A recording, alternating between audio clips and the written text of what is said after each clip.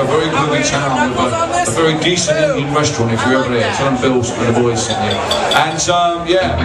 I was a couple of nights before we got to Asheville. I have a kind of pre-show ritual that I undertake after the sound check. I go back to the hotel and I try and find a bit of stillness in the day, just to calmness and empty myself, ready for the night ahead. It's an old English theatrical tradition that we refer to colloquially as a shit shave in a shower.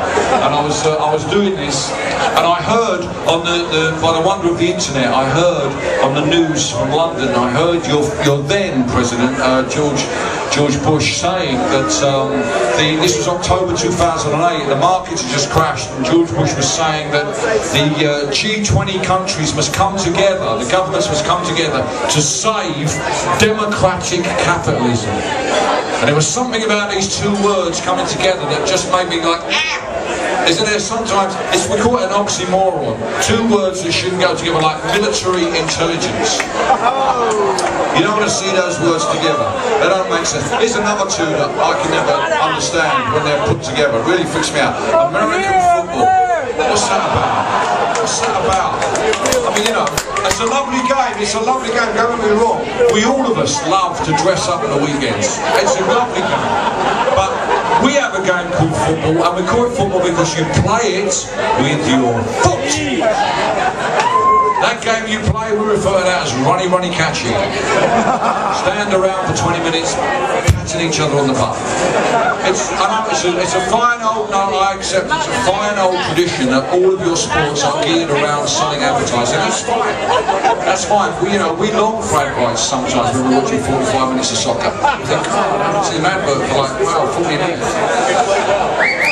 The other two, here's another two words, oxymoron. Self-regulation.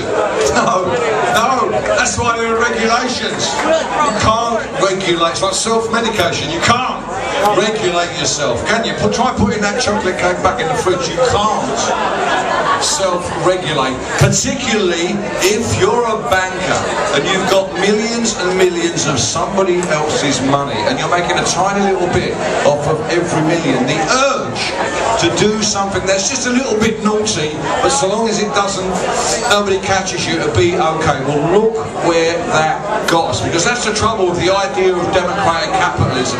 It's not democratic. Democracy is a good way to elect your representatives, but it's no damn way to control the banking system, and that's what we need now, ladies and gentlemen. We need a banking system that is accountable.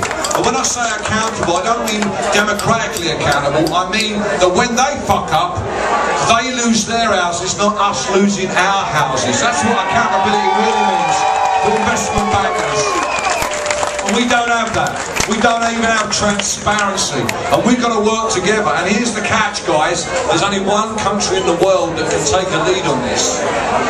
Yeah, and sadly it's not Abu Dhabi. Sadly it's not. When you get over dealing with healthcare and the fact you're not going to win the World Cup, we need you guys to get in there. Brazil are going to win. We're not going to win. Brazil are going to win. Exactly, sir. So, you know, we really need you to put your shoulder to the wheel for this one. That's what this song is about. It's called MPWA. No power without accountability.